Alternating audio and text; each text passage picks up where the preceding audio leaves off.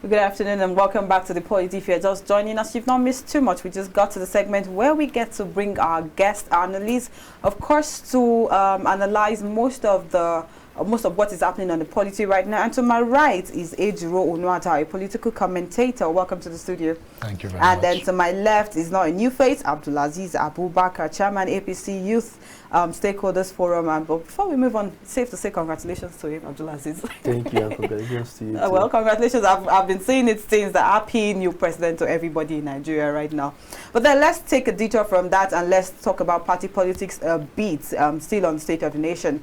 What's your take on what has been going on between PDP and APC now? We just read a story before we went on the break about former governor some Wike acting. They said his activities show non-partisan, and then of course he was the first governor to actually invite the president-elect to an outing, and then he is supposedly a member of the PDP. Well, Mercy, I think that is how politics should be in Nigeria, you know. Okay. Because if you look at, from the way I see it, these politicians are united.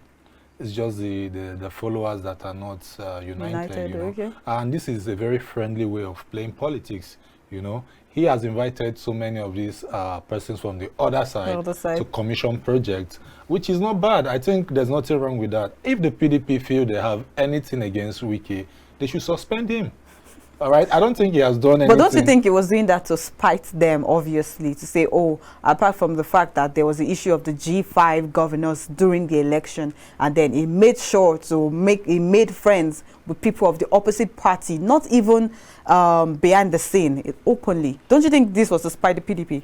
Mercy, I think this is the new way to play politics now. Okay. And every other politician should learn from this. Okay. All right, you don't need to heat up the polity, because there are persons who believe in Wike who now felt like, oh, these guys are not really enemies, like before, the perception people have, like, oh, if you belong to this party, you cannot extend a handshake to the other party. No, I think at this point we should begin to play politics this way. It will help everybody, because at the end of the day, what we want is development. And Wike has been doing that. He has been able to transform Rivers State. So there's nothing wrong with inviting somebody from the opposition party to come commission project. Okay. So at this point, PDP don't really have a case against Wike. He's still a member of the party. He has not left the party.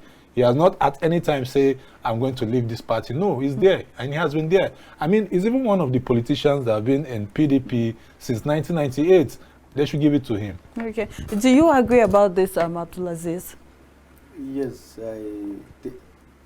Let me add to what he said. Okay. This is the Asiwaju Bola Ahmed Tinubu's impact. This is what we'll be expecting. Like I told you, he's a unifier. He's a politician. So. But unifier was the PDP's hashtag. In words, we're talking about action now. Action. Okay. You can see people from NMPP, PDP aligning together. Normally, this is what they do behind the scenes. They wine and dine together. They just allow the followers to. But because Asiwaju is in the forefront now, everyone wants to make it clear to the world that, look, we are together. Because this is a man that fought for democracy in the country. This is a man that fought for Labour Party. Then, I think Ladoja. Ladoja, yes. Yeah, he was, Asiwaju was an ADC, but he went and fought for Labour Party person. So far back at 1990s. So this is somebody that is a politician, is a thoroughbred politician. So, and that's the way he plays his game. Okay. It doesn't. Okay, he's a member of APC, but he has friends all over. That's why some politicians were suspended, and then they didn't mind because they aligned with him. Okay. This is the first time it's happening now that a sitting governor would align.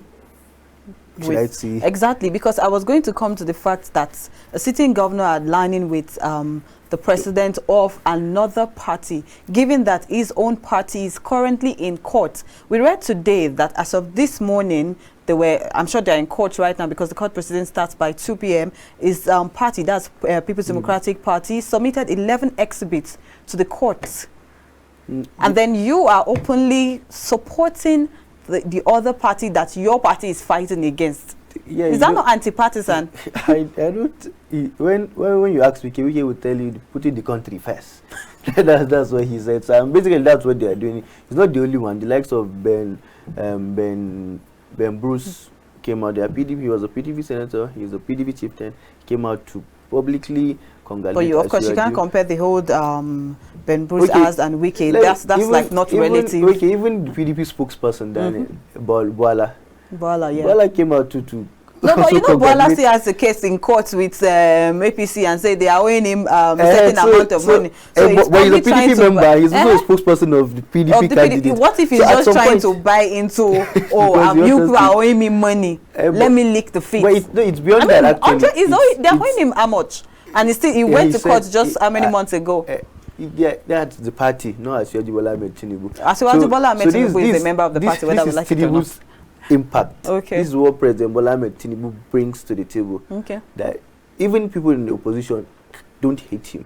This is somebody that even if I'm very sure that the people that contested against him have maybe texted him or called him behind the scene, to like tell him congratulations.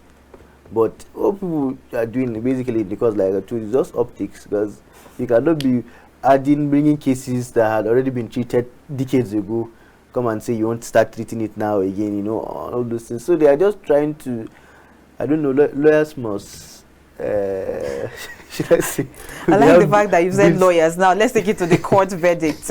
As of today, PDP is in court and they have over 11 exhibits to present to the court to say, and part of what they brought out is $460,000 for feature of Asiwaju Bola Ahmed's money. That's the new president. I almost said president-elect. It's going to take a while to adjust to that. Okay, so what's your take on this? Do you think they should have given up at some point? Because this is now fresh, now that the courts had said they've dropped their own verdicts the last week against what they said before about double nomination or double contesting. So what is your take on this one now?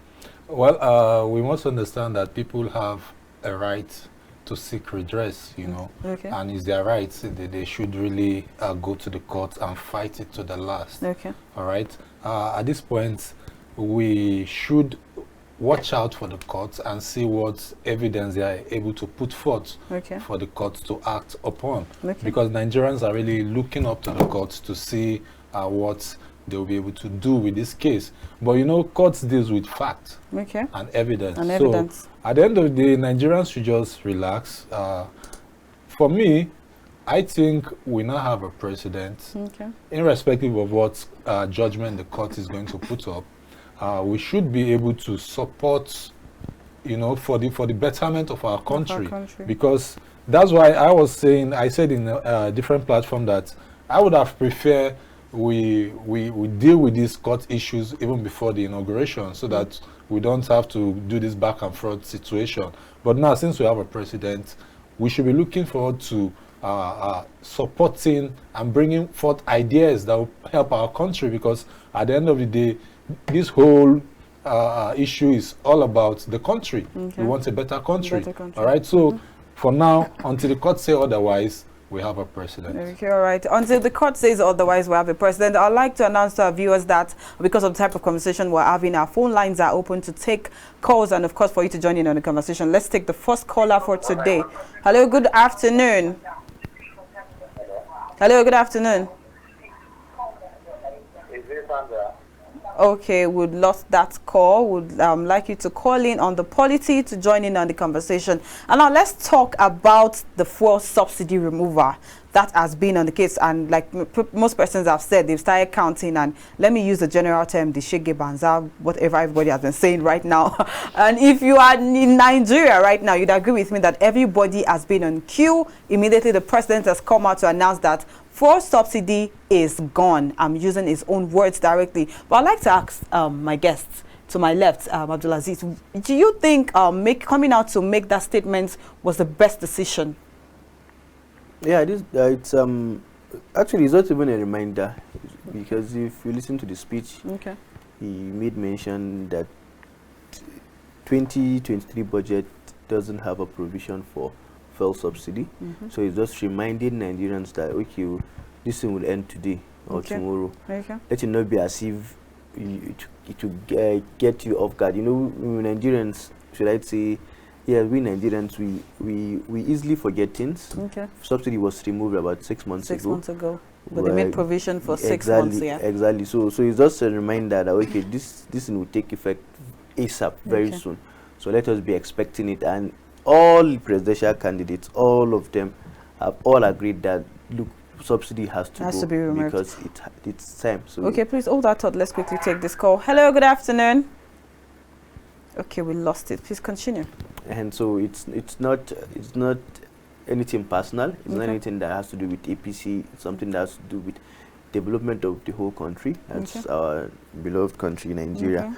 And then President Bola Ahmed Tinubu, like I said, is a man that is courageous. He's bold enough to get the, should I say, bull by the horn. The bull by the horn, yes. So, and he said he's going to start working from day one. And that's what he has been doing. He has been holding meetings. He has been holding meetings with several stakeholders to see how we can, because in our manifesto, there's a provision for palliatives that would come out to support all these subsidy, what do you call it, hardships that would follow. And then our fuel, like I mentioned before, I think Nigeria has the cheapest gas pump price, because we were subsidizing it then. But right now we have to now start paying the general price. And then with Dangote refinery, I think we're expecting the first product. I think this June. We're in June, yeah. We're expecting first product. So hopefully, when things come out, we're going to get more forex. We're going to have fuel in abundance, and then there wouldn't be queues. And by God's grace, everything would start running. So okay. You read what it said. It said Nigeria has the lowest fuel pump price, and I was going to say, for an oil-producing country, or let's say we have our own crude oil, shouldn't it be lower than this? Given that we have the crude oil, then we export to other countries, and they import the petrol itself. But then at the end of the day, they sell it at a higher rate for us. Do you think that should be the case, or? Well, Mercy, to be frank, I think it's a shame that a country as big as Nigeria, we don't even have a functional refinery. Yeah. I mean, the past administration told us that they are going to build a refinery, but we didn't see that come to play. Okay, well, they commissioned one. That's going to be the excuse they are going to give, of course. You've commissioned a private refinery. Come on, a country like Nigeria, go to see other countries that don't are even have producing. Crude oil. Some countries don't even have crude oil, and they have refineries. So why can't Nigeria? It means something is not right. All right. I think what they should do now, moving forward, the president, that's President Bola Ahmed Asiwaju, should be able to sensitize Nigerians on the benefit, because as it is now, people are suffering. People are queuing up to get this fuel. All right, they should be able to sensitize Nigerians on why removing subsidy is very important, and that's where the National Orientation Agency should come to play, because they've been sleeping. I must tell you the truth, they've been sleeping. We've not really seen much that they've done. They should sensitize Nigerians in their local dialects. All right, the man in my village should be able to understand why we need this. We should put aside personal interest and look at national interest, because you see, with subsidy, it's not doing Nigeria any good. But with the removal of subsidy, I think with time it will stabilize, because even the administration of President Goodluck Jonathan attempted this in 2012 or 2013. Yes, yeah, 2013. And some of these persons we see now opposed it.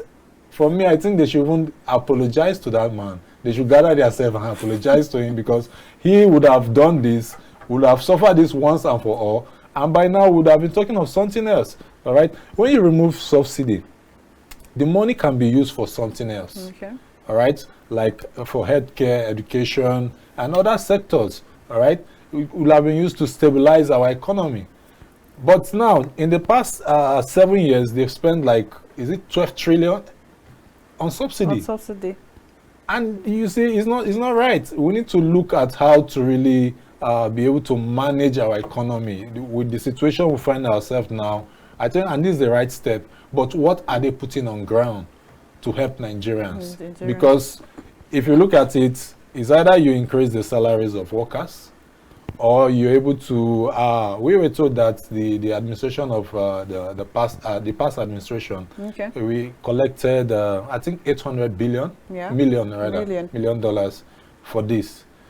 I would have expected that you're able to share this money among the states so that they can get buses to convey people at a very cheaper price, because I can tell you now the price of transportation has skyrocketed. Of course, by just that pronouncement. The pronouncement alone. So that tells you. And that brings my question. I asked him earlier, and I asked, was that pronouncement, was it necessary? Because some Nigerians have said, yes, people were expecting him to stutter, people were expecting him to stammer. Yes, he gave an inspiring speech, but was there any need for him to actually come out to say fuel subsidy is gone? Well, Mercy, I think there was need. He just re-echoed what has been on ground. But that tells you that your first speech as a president is a very powerful speech. Yeah. Because we've seen that during the President Buhari era, when he says, I'm for everybody, I'm for nobody, and he talks about corruption. People were jittering. All right? And now President Tinubu, the first speech he gave about subsidy is gone. Boom. The next day, the queues are there. So it tells you that a lot of persons, in fact, that takes us to the fact that there are some filling stations who are hoarding these products. The product, yeah. I was going to get to that. What are the regulatory bodies doing about it? I think they should get into action. Revoke some of these licenses. If you are found wanting, you should revoke your license, because you are causing unnecessary hardship for Nigerians, and it's not right. It's not right. Okay, so you're an APC person, so I bet you have something to say about. Yes, I want to add. You made mention of, despite being fuel producing state, yes, oil producing state, our gas is not that cheap. Not that cheap, yes. So I don't know how to tell you, but still, our gas is one of the cheapest in the whole country. People like what do you call them, UAE. But thinking about it now, let's play a level ground thing. Yes. You can't compare the economy of UAE to even Nigeria. I mean, persons have come out to say even the United States of America have better this day. Their fuel pump price, it was increased subsequently. I think it was last year too. But then you do not see people coming out because they have a better and working economy. But for Nigeria, the past administration has come out to say it depends on what you call better. Okay. Better and working economy. Today, the debt profile of United States, it's troublesome. But they pay tax. You see people going to jail for evading tax in that same economy. But in Nigeria, you don't even pay tax. They still have the economy is still not up to what it's supposed to be. Yes, that's another side of the whole issue. Because if in our president's speech, he made mention of taxation. He made mention of single-digit interest. This tell you he has a plan for the economy. Now we're talking about fuel prices now, and I'm talking about UAE, not even USA, because in USA it's about $1.2 or so per liter, and it's very, very expensive. In fact, and UAE, their population is not as much as ours. They are oil-producing states. That's basically what they do, and then tourism. But still, their prices are higher than ours too. It's almost $1 today, you know. So even now with subsidy removal, it will still not be up to $1 in Nigeria, because the pump price is about 500 and something now. Yeah, so that's for official rate for NNPC. But then looking at how Nigerians can be to start with, that's where National Orientation Agency comes from, because no one is more Nigerian than myself. Because we keep complaining, if we don't change, if I am bad, whatever action I take would affect either you or you, you know. So we have to get National Orientation Agency to come up with a reorientation program that we get from primary schools to secondary schools, and then some that are gone. We have to imbibe that Nigeria first in us. We have to imbibe. Let me give you an instance. If you go to places like Kenya, once you board the taxi from the airport, they keep telling you about their country, how the country is nice, how you're welcome, we cannot wait to see you again.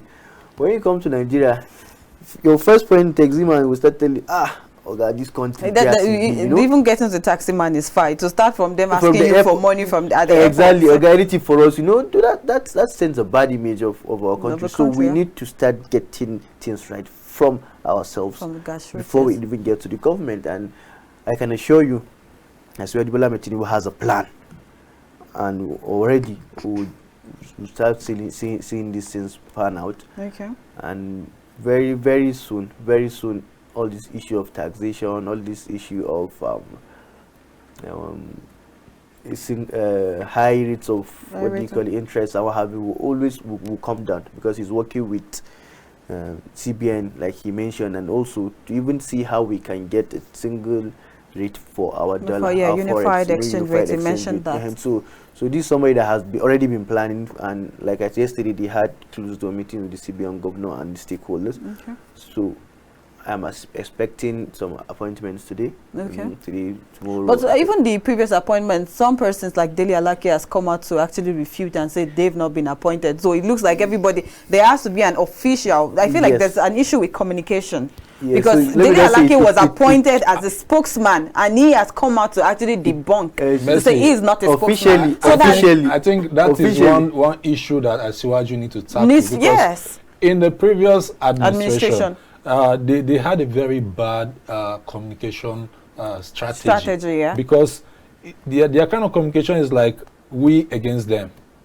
They see if you're not an APC member, they see you like an opposition. Okay. But they forgot that there are other Nigerians who are just Nigerians, who are concerned about it. And like I said, nobody is more Nigerian than the other person. So I think Asiwaju need to look into that aspect, because Nigerians need to get proper communication. There should not be communication gap or communication. How do I put it now? The thing is, let me. It's just we Nigerians. When you see something and then you just quick go out to leak it, you understand? You know these things. Okay, so are you trying to tell us now that it has not been officially communicated to the general public that there is a spokesperson or a cameraman? Exactly. Okay. But that's why I'm telling you, from the end of today we'll start seeing these appointments, because there is no way you go to the office, resume office without all these things in place. But because officially there have not been announcement, and so very soon we'll start receiving official announcements, because you've been hearing news now that so person is appointed this, or maybe they will call you and tell you, okay, this is I've just been given this, and then once I just tell you, because you're over-expected, you go and tweet, congratulations, Messi is just the official spokesperson for so person. And then that's what's happening. So but we have to know how to control this thing, and very soon. And about the communication with likes of Dele Alake, Bayo Onanuga, likes of Dela Dibako, would have a seamless, hitch-free, or rancor-free communication atmosphere in this country. So don't worry, Asiwaju Bola Tinubu is ready. Okay, we're not worried. I like the fact that you've mentioned that now, with all the speech the president made on Monday after he was inaugurated, one would wonder how long is it going to take for him to hit the ground running? Are we going to expect another Buhari? And let's even take that from starting with the portfolios. It took them a long while to actually bring up ministers and all of that. And even without ministers, don't you think the president has not even come out to address the nation, given that the fuel subsidy issue has caused a lot of panic buying? And then there's been rumors, of course, we've not confirmed it, so we cannot put it out there, that the fuel pump prices have increased to certain amounts for certain states. That's for NNPC. So how long do you think is going to hit the ground running? Because I feel by now the president should actually be on top of his. Yeah, let us not be conflicting, should I say, what's the words to use? Oh, I've forgotten. Okay. Duties, let me make it like that. Now, NNPC Limited is on its own. But the same NNPC came out to refute that, so the prices have not, but the president has saying fuel subsidy is gone. He has said the fuel subsidy is gone, and NNPC, if you go to NNPC, like today now when I passed, I saw some have already made changes to 537 to a litre. So that means the new circulating round is real, is correct. So maybe they've seen something that is different from that. So they're going to come out, because they are in charge of these prices, so they'll definitely come out and do. Yesterday we had an issue where they said DSS raided EFCC office in Lagos, and immediately President released a directive to tell them to, you know, so that's getting that's getting to work immediately. That's what we were looking for. Not that until it gets sour after like 3 days or 4 days. Everything is there, exactly. So, but for fuel scarcity, panic buying, I don't. It will reduce by today because I don't study. Already we started implementing these things because it's an independent market. So every Shafa has his own, Rano has. So it's an open market. So it's not something that you come out and tell, okay, fuel price has increased to 500 and something naira. Then when it gets to like 400 and you still come out and see it, it's an open market. I can decide to sell at 540 or 555 or even 480 depending on how I get the fuel. That's the beauty of the whole system that they made now. So expect the government to tackle every issue as it's happening. It happened during campaigns now. Any small thing, Mr. Dele Aleke will go on stage.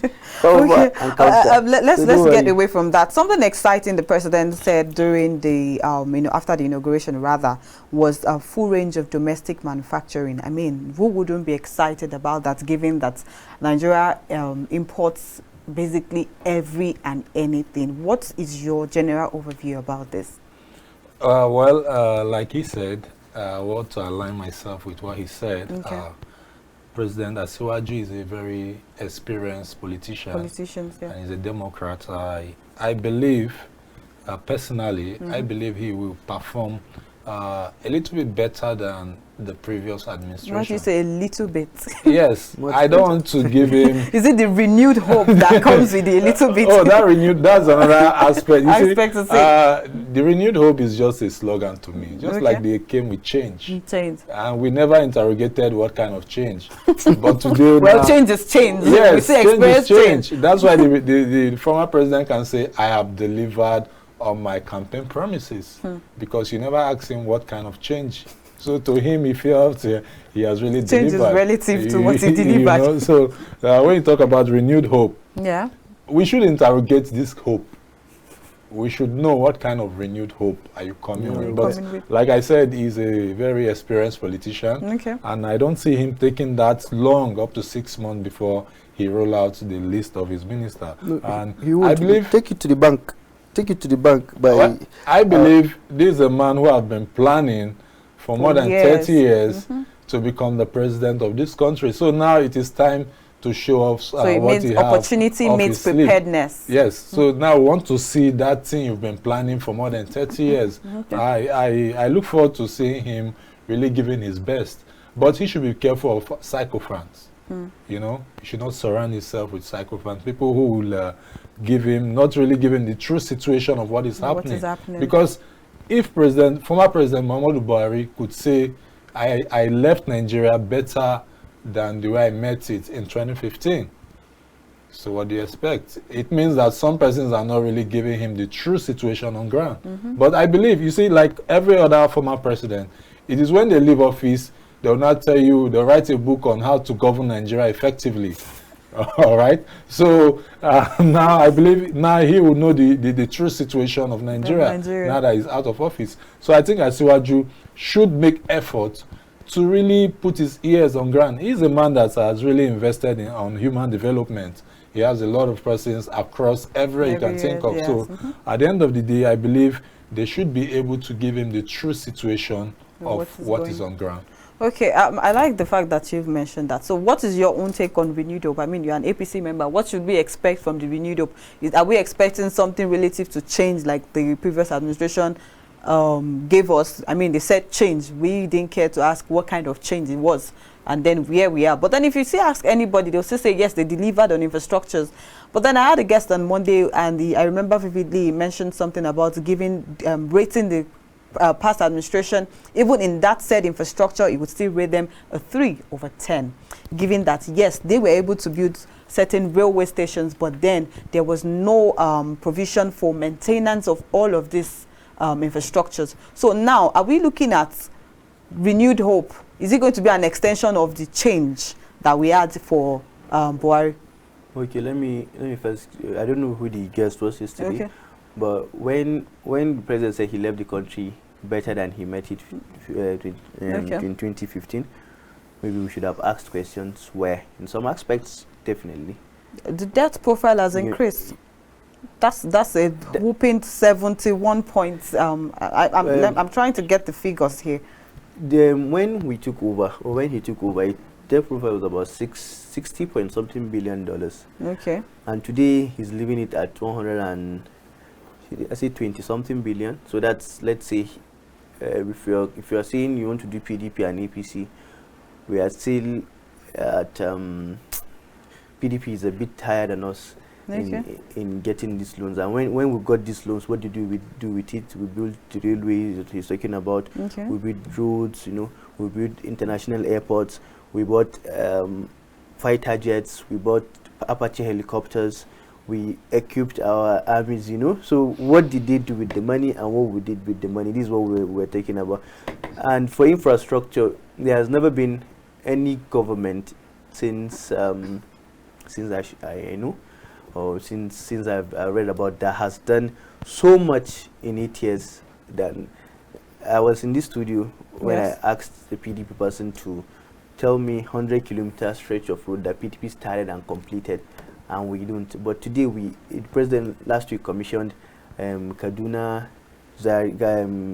Kano road. That's about 200 and something. Okay. He's still doing Kaduna Abuja. Lagos Ibadan is completed. Abuja Kaduna road has been there for years. I remember since way back as 2017, 2016. These roads they've been constantly still fall within our 8 years. 8 years. That means they've literally not done anything about the road, given the insecurity that has even been going on in the country. Talking about insecurity, let me even finish with the infrastructure. We're talking about people going to Benue side. We're talking about the local Equator, bridge that has shortened transportation to the east. The time, I think, is about 4 hours now or so. We're talking about second Niger bridge. Okay. This is something that has been promising. People have been promising our brothers in the east that we'll do this, but the closest thing they got was a cardboard description and some crane just didn't hear about. But we did it. We started it and completed it. So in those aspects, you have to give it to President Muhammadu Buhari. In other aspects that he failed, that he didn't live up to expectations, you cannot be a complete 10, definitely. But scoring him 3 in infrastructure, it's absolutely biased, and I don't know what indices he used to do that. And now I found the Nigeria's debt burden between 1999 to 2003. Okay, now for President Olusegun Obasanjo, it was $2.1 billion US. Of course, Yar'Adua wasn't able to live up to expectations. Of course, he died. May his soul rest in perfect peace. And now to Goodluck Jonathan, $7.3 billion US. And now we move to President Buhari, a whooping $41.8 billion. I mean, take a look at that gap. What's the source? Well, this is an I can't mention the source right now. I can't mention the source. And then according to this source now, there was even a time we had a banter about it, about each Nigeria owing about 300 and something thousand naira if we are to go by this debt burden analysis right now. And then the layman, the economy is still in shambles, given that, yes, we're in debt. Does that even the truth is align? Like, there is no economy that develops without getting loans. I just made mention of America being one of the highest debtors in the whole country. But America's economy and Nigeria's economy are not America related. is about 300. So are we looking at another administration that will borrow exactly? We should be comparing Nigeria with America. I'm not going to compare the profile. I'm just telling you that economists. What matters is when you borrow this money, what do you do with it? What do you do with them? Yes. So I just pointed out what we did with those ones that we collected. So from the 1999 to 2015, you should ask we borrowed they borrowed $400 and something million to put CCTV in Abuja, and it didn't last even 1 year. To say it boils down to the maintenance of infrastructure I just spoke about. But how about the roads now that we have? Will you tell me that this second Niger bridge will collapse in a year? Okay, let's Abdulazeez, you're talking of the roads now. Yes. Okay. And you call second Niger bridge. Do you know that you have to pass through so many states to get to second Niger bridge? There's a federal like the Lokoja in all states. All those roads are not well fixed. When last did you go to Lokoja? Oh, come on, I apply those roads. Abuja to Lokoja is... When you pass the Okpela, you see, the truth is this. yes, he probably must have done the second Niger bridge. We give him that kudos for that.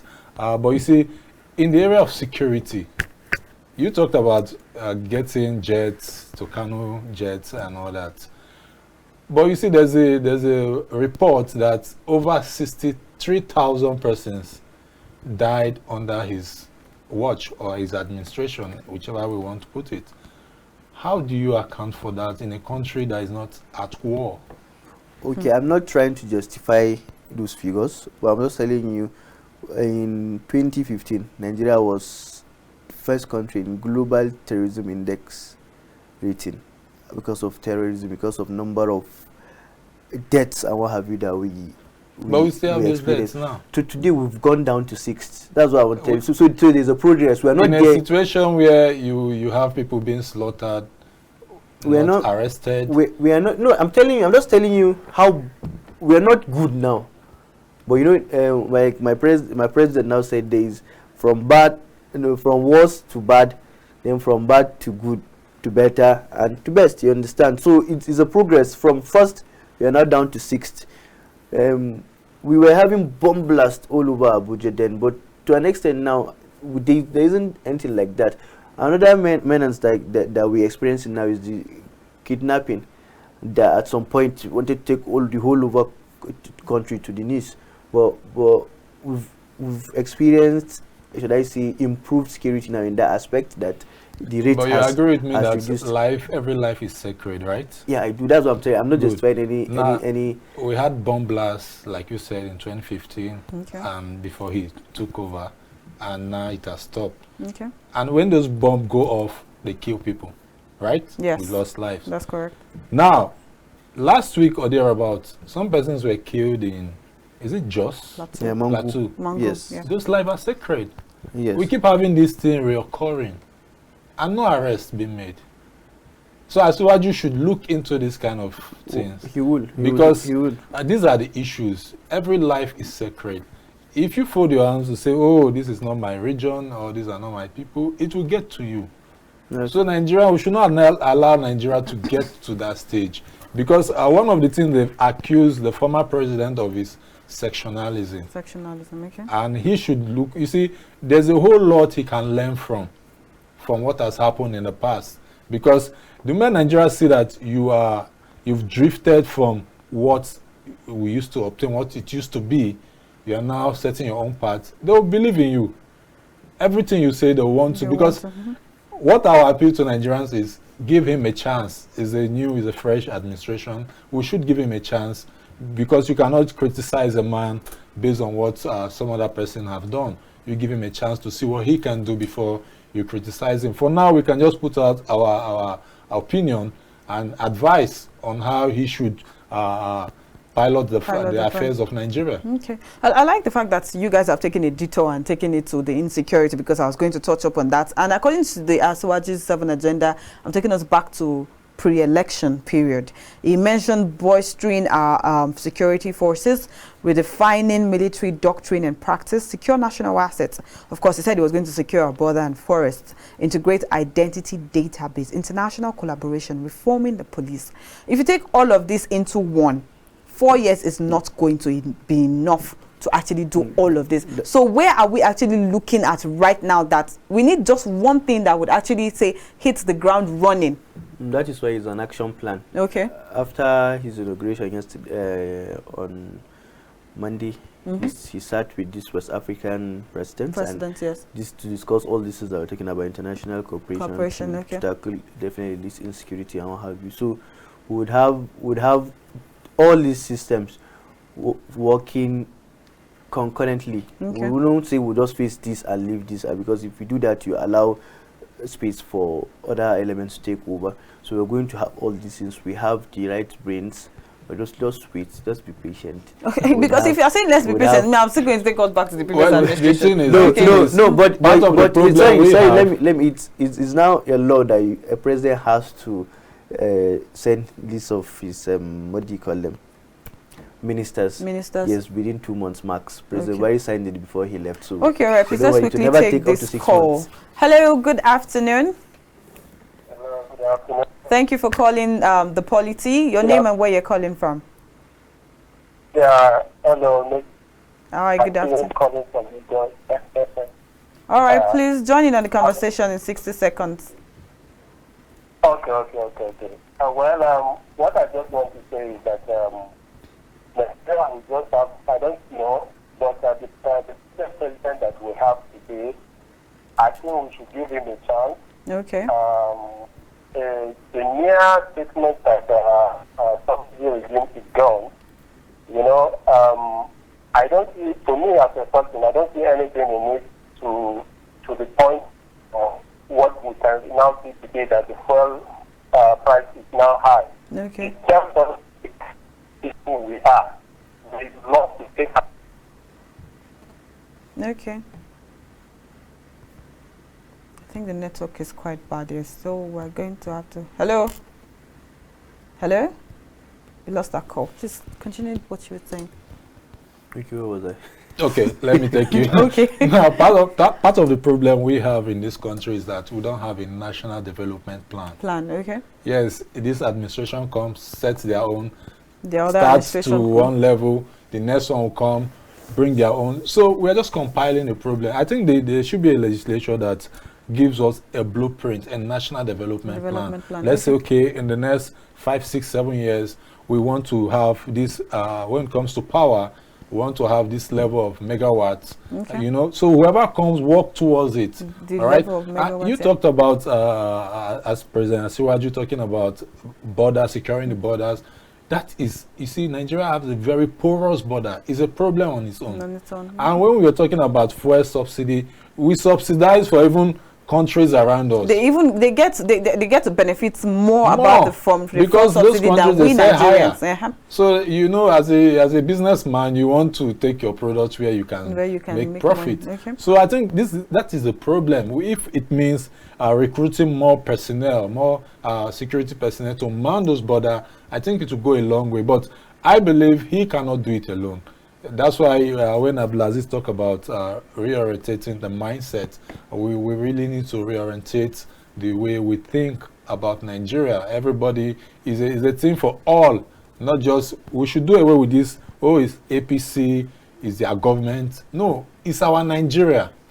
When we begin to see it as our Nigeria, everybody will want to do what is right. Okay. So I think that is the starting point. Okay. Asiwaju cannot do everything, but he can set the ball rolling for the next administration, and whoever comes will continue from where he stops. From where he stopped. I like the fact that you mentioned whoever comes in continues from where he stopped. Are we looking at, should we be looking at something about creating policies in Nigeria that creates a synergy between a previous administration and a new administration? Because we've had cases of a certain administration starting a particular project, and then another administration comes in and they do not continue that said project that was there before. Because they don't want to they want to take the glory for what they started. That's one thing I think I will give kudos to President Muhammadu Buhari.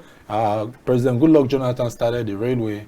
He came and completed it. And to an extent, I think President Goodluck Jonathan commissioned the second Niger bridge, I think something like that, yes, and he completed it. So I'll give kudos to him for that. And I think if we have, like I said, a national development plan, people will have a blueprint of where to follow. Because there will be no, it will be a law that you cannot abandon this project. Just yesterday, I was listening to Senator Ejiro when he talked about having over 13,000 abandoned projects in Nigeria. And he is telling the new President Asiwaju to try and complete those projects. So you can imagine the wastage in the system. You can imagine the wastage in the system where you start a project and it's not completed. Imagine the money that has gone into that project. Then another administration come and start another. So it's so much wastage. We should really ensure that we complete one project and move to the other one. Do you agree with this notion? Yes, that's why we don't even have a manifesto. We have an action plan. Action plan, okay. Yeah, because it speaks about continuity, about policies, and about time frame also. Because we need some of these things take maybe 10 years to complete. That's more than 2 tenures for anybody. So you need continuity to do this, and President Muhammad Buhari already has set the standard that you should complete what your predecessor has started, even if you're not in the same party. So it's going to be easier when, by God's grace, when we finish these 8 years, when another APC government is coming in 2031. That's laughable. It's going to be, look, if it's yeah, we have to sort of speak for his party.